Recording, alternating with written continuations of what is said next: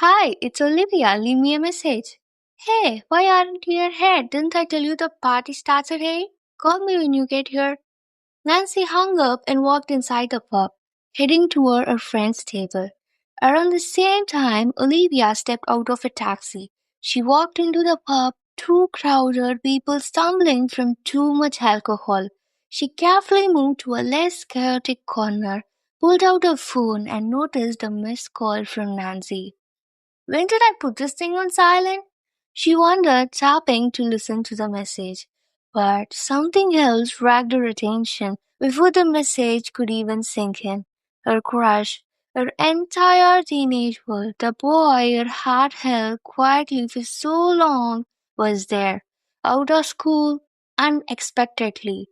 And though the crowd moved and blurred, his face stayed sharp, clear, magnetic. Her breath passed. She didn't expect to see him here. She couldn't take her eyes off him. It would be a waste not to admire him, she thought. She took a small step forward. Maybe this was the moment to finally talk to him. But then she saw him laughing, carefree with his friends.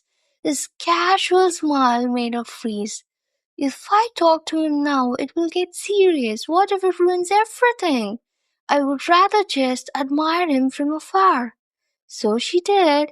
She tucked her phone into her bag and let herself sink into the rhythm of his presence. But then, two arms hugged him from behind. He kissed the hand that held him and turned to embrace another girl. Her smile shrank, her heart tightened. She had never seen the girl before, but now she was kissing his cheek, dancing with him. The world around Olivia faded, the lights, the noise, even her friend. But the worst part was the look on his face, that same smile directed at someone else. Those eyes haunted her more than a breakup ever could. Tears rolled down her cheeks. She turned, stepped back, pushed open the back entrance, and just as she shut the door behind her, she saw him lean in to kiss her. She ran right into the street.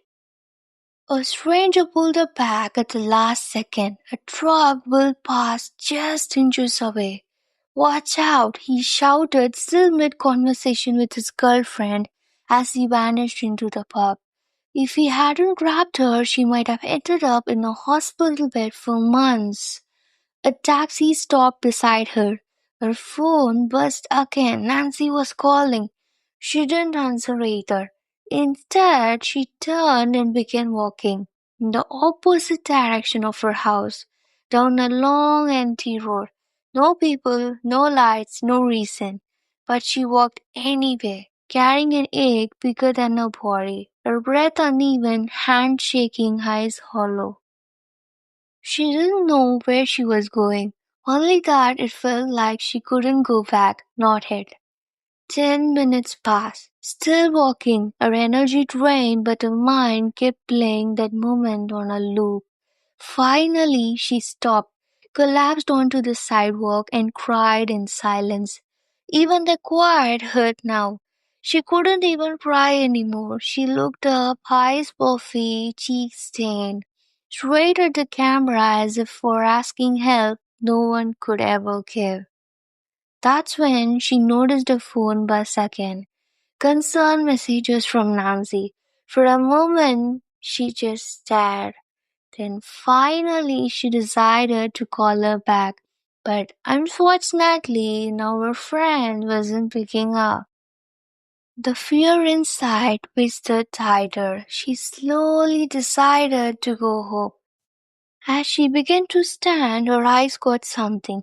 A pair of shoes. A person standing right in front of her. Who knows for how long? A chill ran through her spine.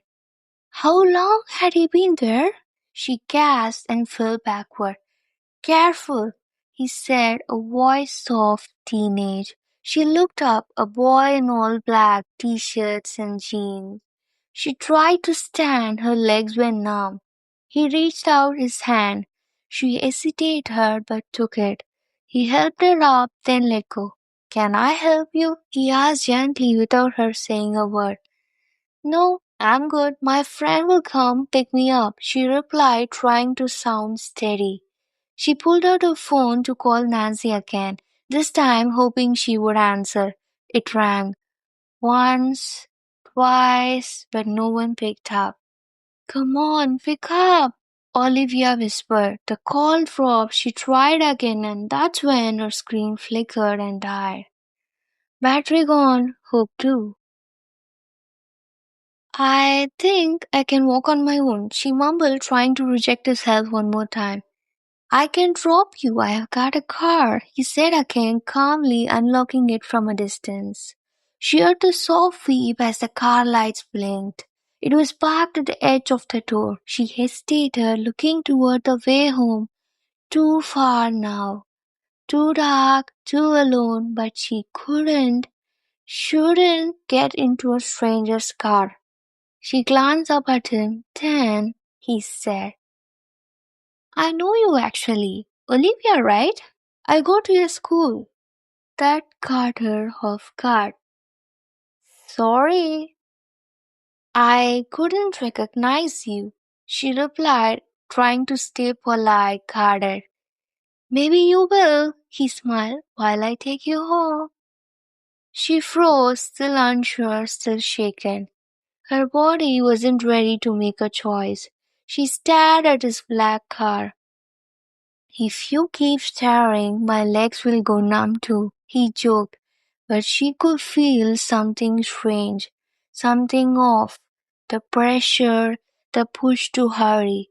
She forced a smile and walked toward his car, even when her gut screamed not to, even when everything inside her panicked. But the moment, the fear, the silence, the pain still sitting in her chest. She glanced once more at her dead phone, and again remembered the hug from behind, the smile, the kiss. She got into the car and closed the door. Welcome to Almost Said, where every whisper deserves to be heard. First love hits hard, not just the butterflies and the daydreams, but the way it can blind you. Blind you from what's right, from what's safe, from what your body is silently screaming. She didn't know the accident wasn't the end of her bad luck. It was the start of her emotional collapse. She should have called a friend the moment she walked in, should have taken a cab, should have answered Nancy when she called, because everything was in her hands. Until it wasn't, until it slipped away slowly, quietly, like a battery dying on a phone. She didn't listen to her gut, but sometimes it's not the heart that breaks first, it's the body. The breath that shortens, the legs that freeze, the chill that rises. The body always knows, long before the mind catches up. And maybe if luck had been just a little more on her side, her friend would have picked up that last call. But she didn't. And now she's in a stranger's car driving into the unknown.